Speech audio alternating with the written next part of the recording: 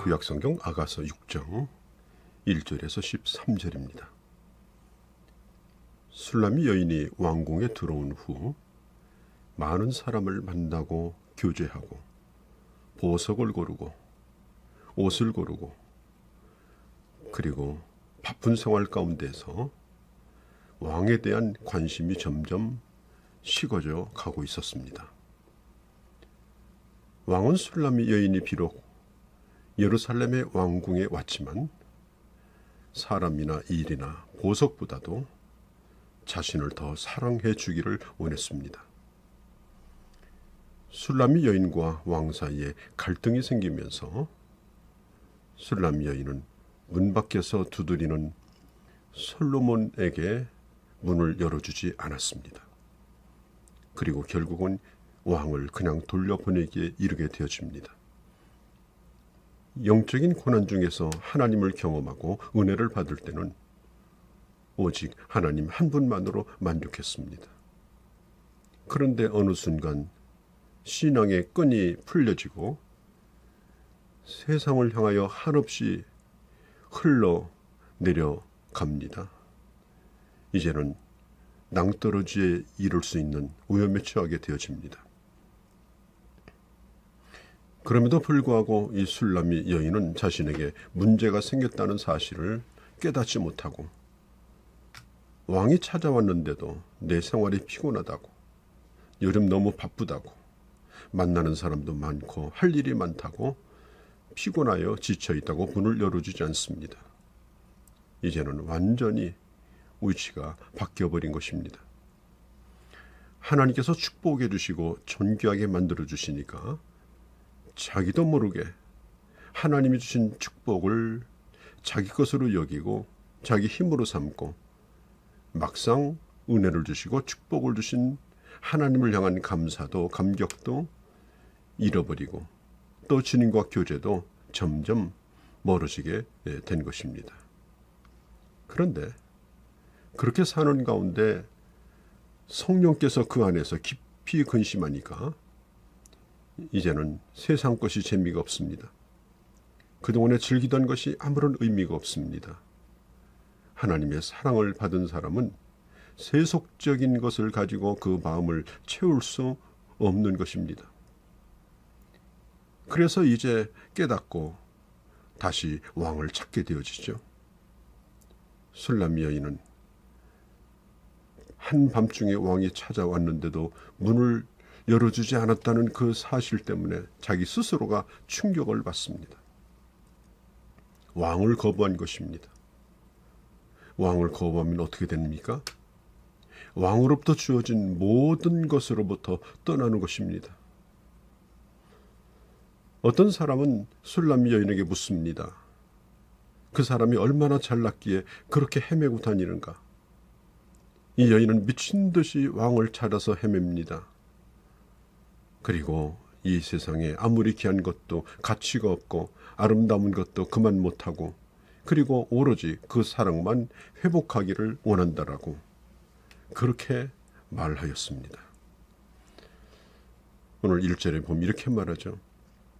여자 중 극히 어여쁜 자야, 너의 사랑하는 자가 어디 갔는가? 너의 사랑하는 자가 어디로 돌이켰는가? 우리가 너와 함께 찾으리라. 자, 이 여인이 이 사랑하는 자에 대하여 그의 피부와 그의 머릿결과 그의 눈과 또 그의 뺨과 그의 입술과 손과 어느 한 가지 아름답지 않은 것이 없다고 사람들에게 자랑합니다.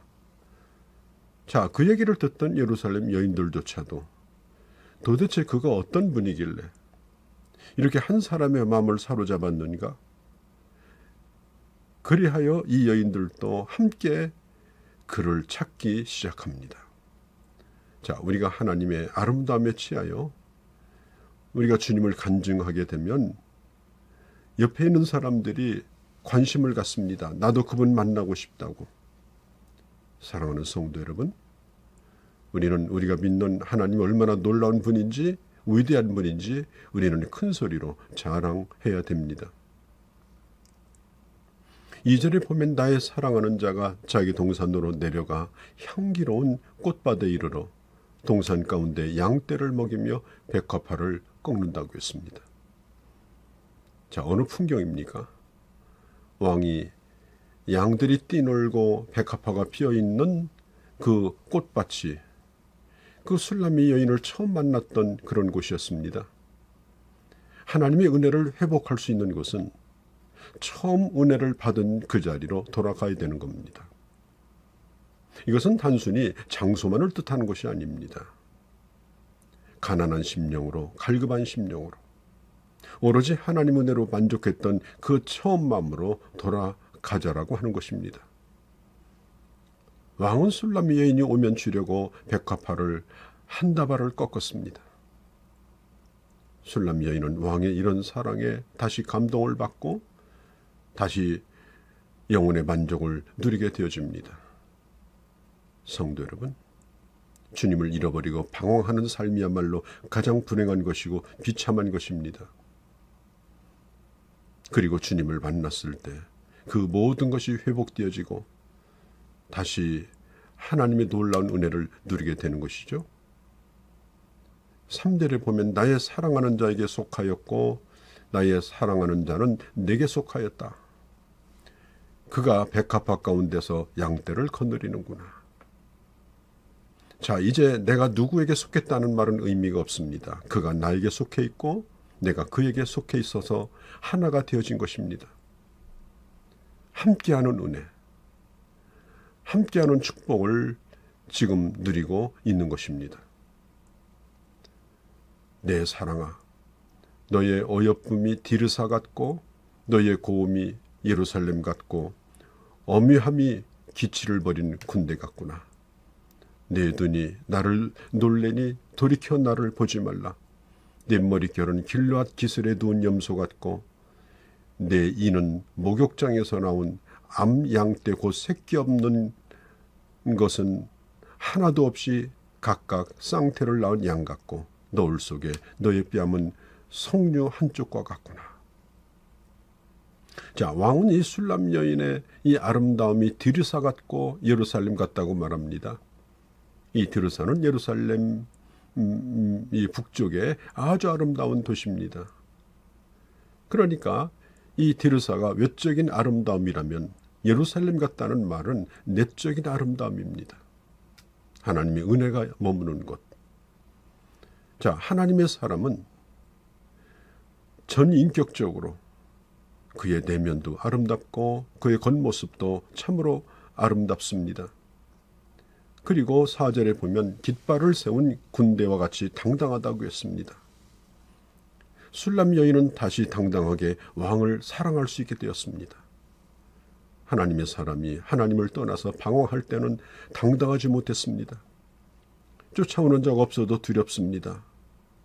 그런데 이제는 주님 안으로 돌아오니 모든 것이 살아납니다.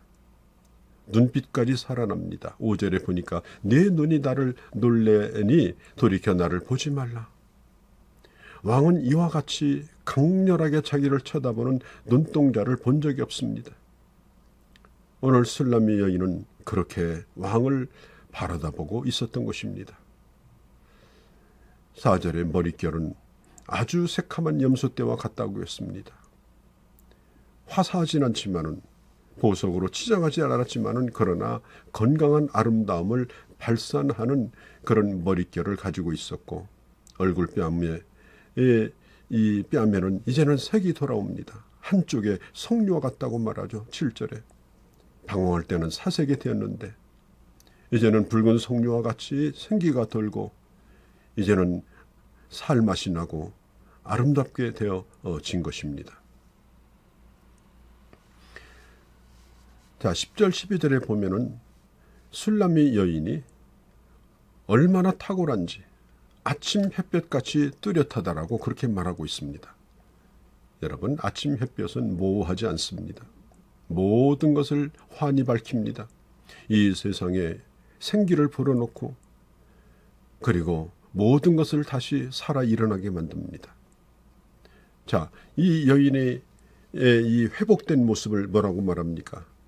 이제는 구걸하지도 않고 비굴하지도 않고 자신을 알아달라고 매달리지도 않고 존재하는 그 자체가 참으로 당당하고 아름답고 생기 있는 아침 햇살 같은 그런 모습. 그게 바로 왕이 바라봤던 술람 여인의 모습이었습니다.